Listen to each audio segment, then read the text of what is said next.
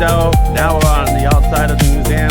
I didn't show you the outside of the museum when I first got here, but you guys can understand that it's a lot of stuff to film. We're on segment 5 now. We're heading to the other museum. The building across the street from me, they are fixing it up though. So, beautiful day out here. Some clouds in the sky, as you guys can see. Some clouds in the sky a little bit. But not too bad of a day. It's really nice, sunny out today. We're heading over to the other building, so I'm gonna get the outside of it.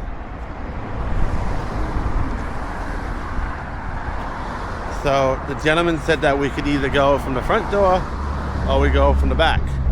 This is called the DUGAN Mill. I think he said to enter to the front. Okay. This is the front of the building, okay? That's a big beehive in front of the building, okay? So this is the front of the building. We're gonna enter to the side, so that's where we're gonna go. That's the outside of the other museum. There's 2 museums. It is separate a little bit. They're separate buildings. So you got a lot of flags here. Where's this flag from?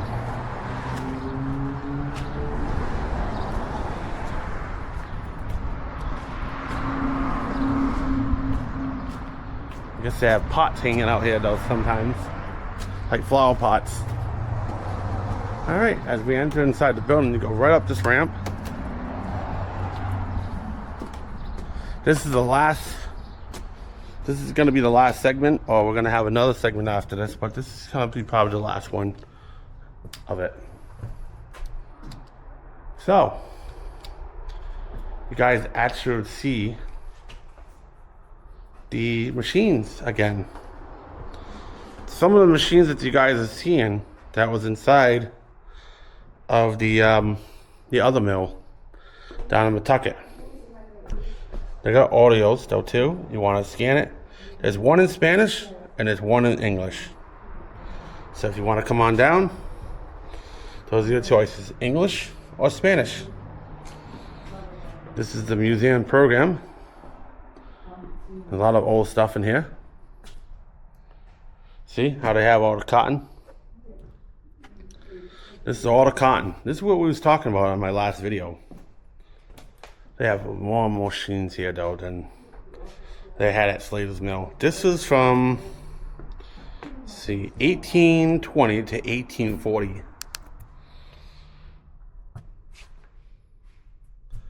See how they had the brushes? This was a hat combo for the cleaning of the flattening and stripping brushes. So this brush would flatten down all the cotton and make it all nice and rolled out so they didn't have it so bumpy. So again, if you want to hear an audio about it, you could scan the little QR code over here.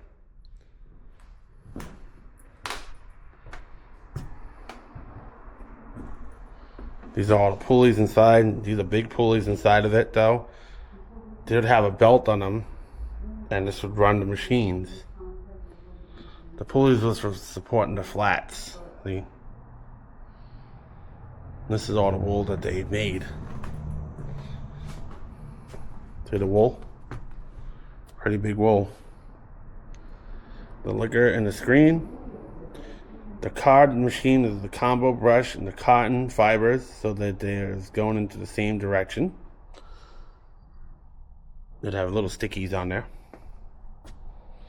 And that's where they'd put in. They'd put in through here. This would stay like this.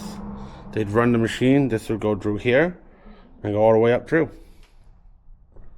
And that's what the cotton looked like when it was on the spools.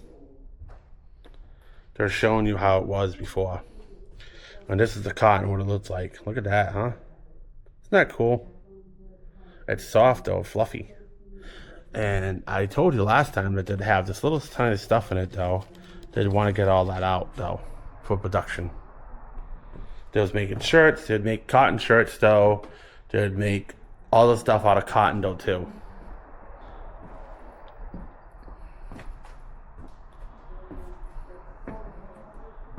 These are some of the doors. Look at this. Jeez. What a tiny little doorknob for a tiny little person. Well, I think there was a little bit. I think there was a little bit shorter back in the day, though. I don't know why, but I think these people were shorter back in the day. There was some tall people in the day, but I think a lot of them were short. Probably only 5'1" or 5'2". Not like modern day, like where the people are 6'2" or 6'1" or maybe even 7'1". But they did have the tallest man back then. I think the tallest person that stood back then was like 8'1". That's not in this museum. This was in a different museum I seen. And this is all their tools. Welcome to the workshop. They had like a little oil can. They'd take it and they'd oil up all their tools up over here. They'd go and they'd oil the machines up. They'd lather up the oil because basically now it would help use the machines and loosen up the wheels and everything. This is a grinder.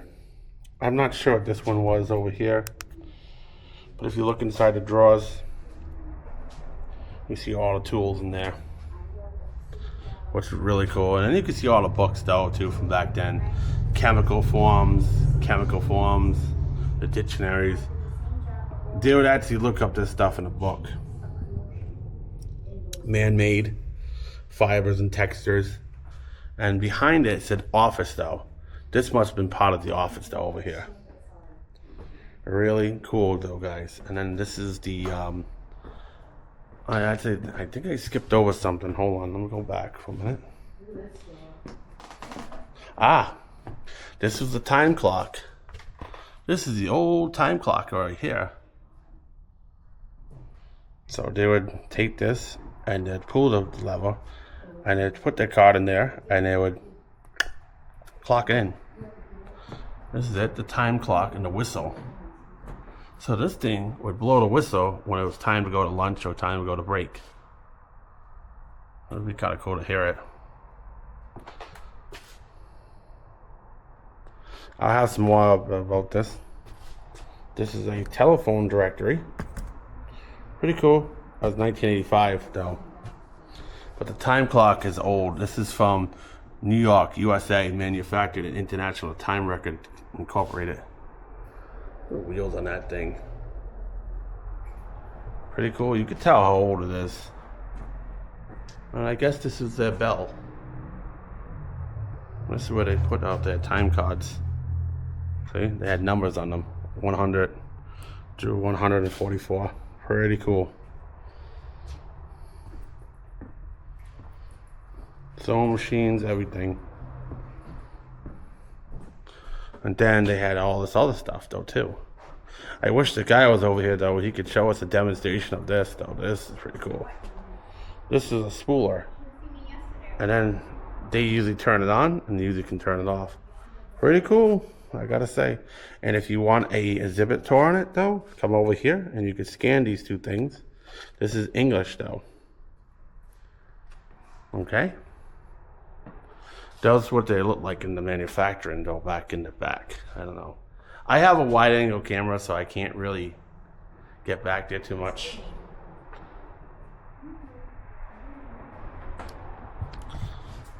And these are all the spools, what they look like. These are the original spools.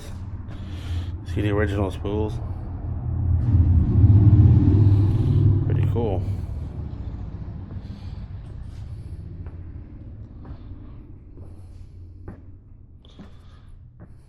There's a lot of modern innovation though back then. This was their modern innovation though back then though. This is what they would all look like though. So you can do English or Spanish again.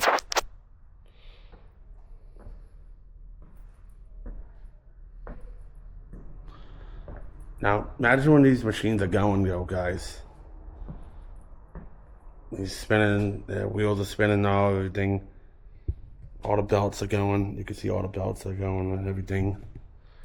Imagine how loud this would be though, guys. We got a demonstration of it before. This is just an office. Back here. Oh, there it is. There's some of the wheels and some of the pulleys. Those are some of the machines back there. Weigh machines, all sorts of stuff. So, this is all of it over here. If you ever want to come here, it's $10 and it's 2 museums in one. So you guys can come here. Y'all can come here, check them all out. Do not touch anything, as I say. So, and those are the prices. And I guess the staff can start these up and stop them.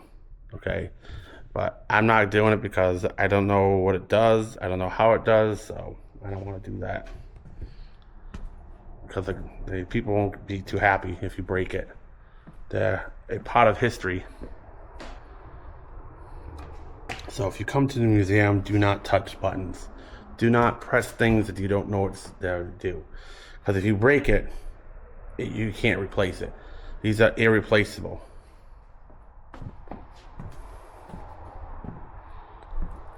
That's about it for the tour though, guys.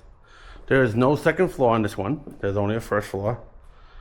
This museum continues on to the other house. You guys can go to that one first. You have to go over there first. And then you come over here after you're done paying. So, thank you for watching once again. This is the last segment of what I had to do. Oh, they got some pulleys up there though too. I forgot to show you guys. Hold on. Before we go anywhere, we'll show you the pulleys up on top. Those are some of the pulleys on top. That one wasn't a pulley, that was something else. But there's the pulley right there. And they used to pull this wire. They used to pull this. And I guess it turned everything. Now I remember though, back in those days, they used to have all just water power. It wasn't like nowadays where we have power. So, let me see if I could try to scan one of these though for you guys.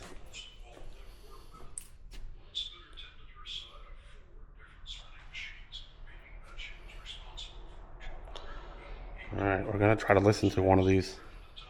Welcome to DUGAN Mill. This building was once part of the great sprawling American Thread Company factory complex, which from 1898 to 1985 dominated Willimantic and inspired the nickname Thread City.